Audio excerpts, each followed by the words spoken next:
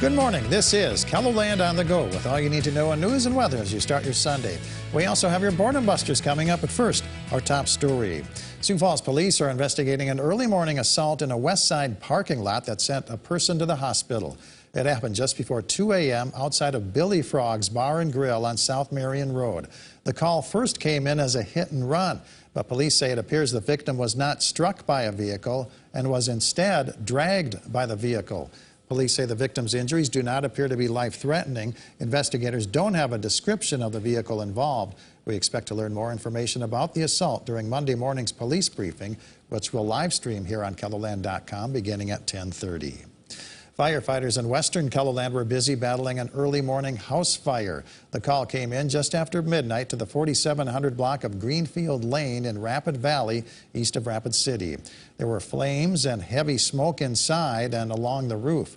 The Rapid Valley Volunteer Fire Department was able to keep the fire from spreading. However, one firefighter was treated for heat-related issues.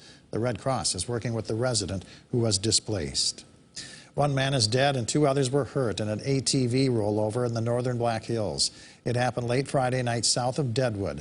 The Highway Patrol says the ATV rolled while taking a curve on the road. The 51-year-old driver died at the scene. His 2 passengers, one 25 years old and the other 39 years old, both have minor injuries. The Emily's Hope Poker Run and Classic Car Show took place in Sioux Falls on Saturday. The nonprofit, started by KELOLAND's Angela Kennecke, offers scholarships to help people struggling with addiction find the help they need. One of the scholarship recipients is Norma Spanton, who says she abused alcohol for years and finally decided it was time to get treatment after she was in a bad car crash while under its influence.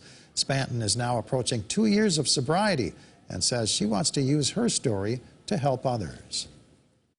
I've been able to use that and share with other people that even in those tough times, we can get through them, and there is light, and life is so good even in the rough times. We can get through it and we can remain sober. Angela says the organization hoped to raise $40,000 to $50,000 from Saturday's events.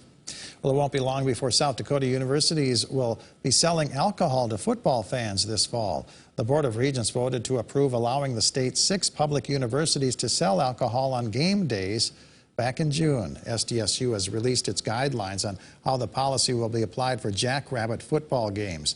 The Director of Athletics says it's just another addition to the game day experience. Students were the ones that led the initiative. They did such a great job in putting together the points. It is a safer environment. History tells us when you study other places, tailgating gets better, the problems are less, and the environment's much better and a more enjoyable environment all the way across the board. However, critics of the new policy have said that schools should not serve alcohol because of all the underage students attending the games. SDSU's home opener is September 10th. Let's take a first look at the forecast now with meteorologist Adam Rutt in the Storm Center. Good morning, Adam. Good morning, Perry, and good morning, everybody. We'll take a look downtown where we can see some of the runners in this morning's marathon getting in on a very nice start to the day. 68, a south wind at 9 miles per hour.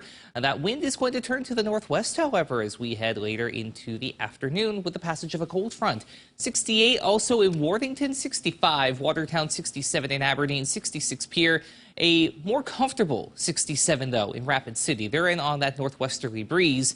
And it's going to continue to bring in that more comfortable and cooler air mass, especially at night. East River, though, it's a southerly wind, so it is going to bring in more warmth and more humidity. Dew points are already in the mid to upper 60s to the east, so it is going to be a hot and humid afternoon on the way, especially if you are headed south and east. Notice those dew points in the 40s out west.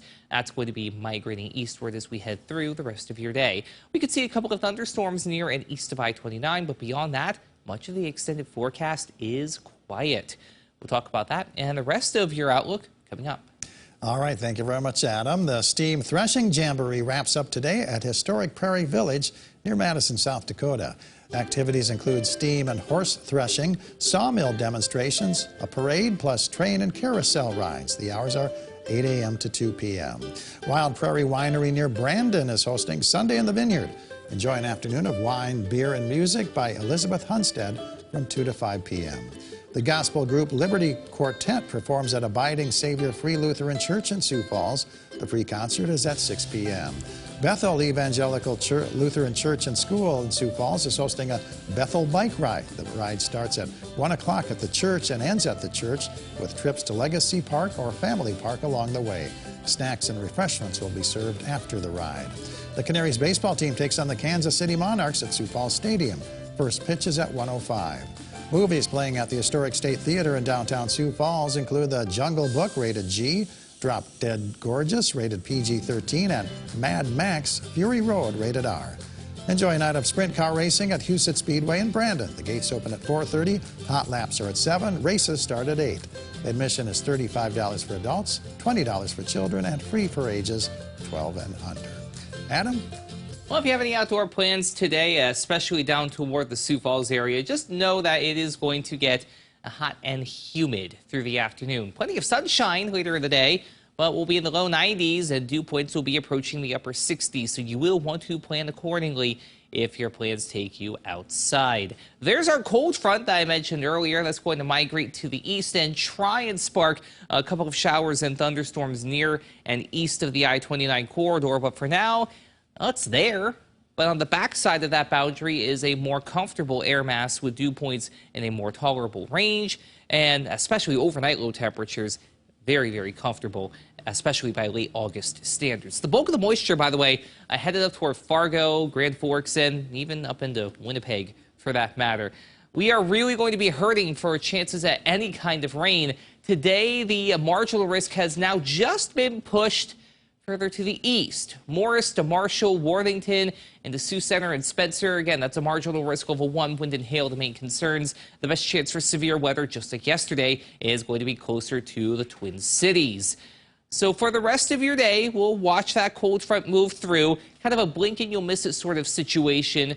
You'll know when that front passes through once you see the wind change direction from the south to the northwest. And once that happens, well, that's going to usher in that more comfortable air mass and also usher in high pressure, which will stick around for not just Monday, but also Tuesday and Wednesday, and really for the rest of the week going into Labor Day weekend. The European and American models both just not giving much hope for any kind of appreciable rainfall as we go into the first week of September. So we are going to be playing a very unfortunate waiting game for any kind of help on the rain gauge for the foreseeable future. Highs today in the 80s to low to mid 90s to the southeast. Isolated thunderstorm chance really dwindling and staying sequestered to areas closer to Marshall, Worthington, and Spencer. Meanwhile, to the northeast, if you're up in the Canby and Ortonville area, that's where you have that chance for an isolated thunderstorm or two later in the day. The further west toward Aberdeen and Miller, I think you stay mainly dry. Meanwhile, out west, 70s and low 80s up to the north, mid 80s to the south, a nice northwesterly breeze setting up. It is going to be a rather nice day, especially West River. Everybody gets in on a great night overnight.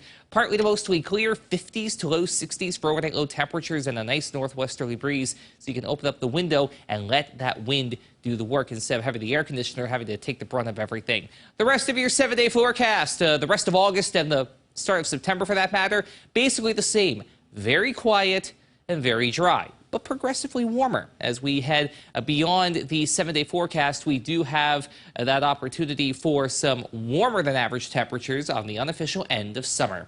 Have a great day, everybody. For more on your local news, weather, and sports, you can always head on over to KOLoland.com.